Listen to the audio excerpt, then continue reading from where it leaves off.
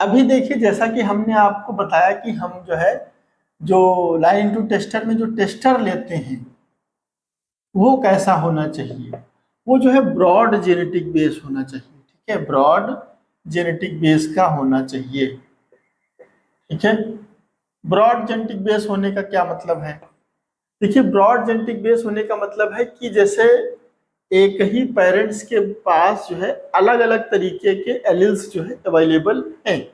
ठीक है, जैसे कि हम कहें P1 इंटू P3, यहाँ पे P4 इंटू P5। ठीक है, इससे F1 आया, ये F1 आया और इनका हमने F कर दिया क्रॉस, तो ये F1 आया। अब इसके पास देखिए, इसके भी एलिल्स हैं, इसके भी एलिल्स हैं, इसके पास इसके भी एलिल्स हैं और इसके भी एलिल्स हैं। तो ये जो होगा, ये क्या होगा, ब्रॉड जेनेटिक बेस वाला होगा। ये क्या होगा, ब्रॉड जेनेटिक बेस वाला होगा, क्योंकि अलग अलग सोर्स से इसके पास क्या है, जीन्स हैं।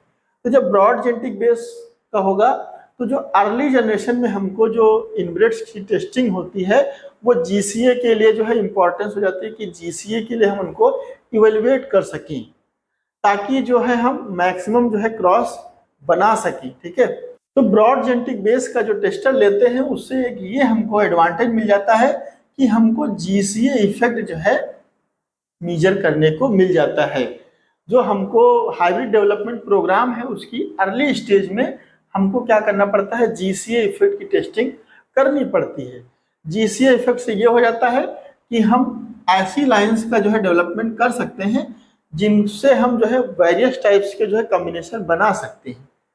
अगर पर्टिकुलर ऐसी लाइंस हमारे पास हो जो किसी एक पर्टिकुलर जो है स्पेसिफिक पेरेंट से ही क्रॉस कर पा रही हो, दूसरे से क्रॉस ना कर पा रही हो, तो उसमें क्या होगा कि हम जो हमारे पास एक लिमिटेशंस हो जाएगी।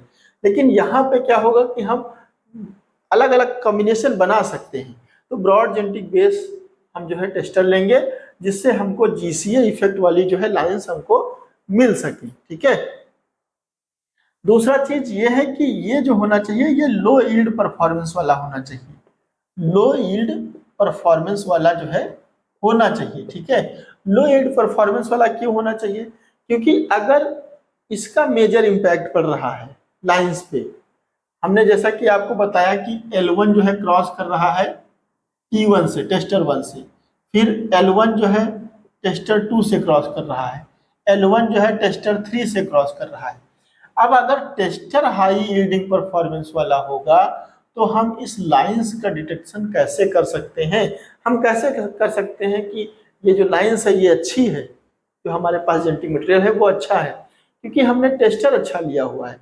तो टेस्टर जो होना चाहिए वो लो यील्ड परफॉर्मेंस वाला होना चाहिए, इसके अदर कैरेक्टरिस्टिक्स भी जो है लो परफॉर्मेंस के होने चाहिए। ठीक है, लेकिन इसकी वाइडर एडेप्टेबिलिटी होनी चाहिए, इसका जो एडेप्टेशन है वो वाइडर होना चाहिए, वाइडर एडेप्टेबिलिटी होनी चाहिए इसके पास। ठीक है, क्यों होनी चाहिए, क्योंकि देखिए हमको ये तो है नहीं कि केवल हम एक लोकेशन पे जो है हाइब्रिड टेस्टिंग करेंगे, हमको सेवरल लोकेशंस पे जो है हाइब्रिड जो हम बनाते हैं उनको सेवरल लोकेशंस पे हमको टेस्टिंग करने की जरूरत पड़ती है।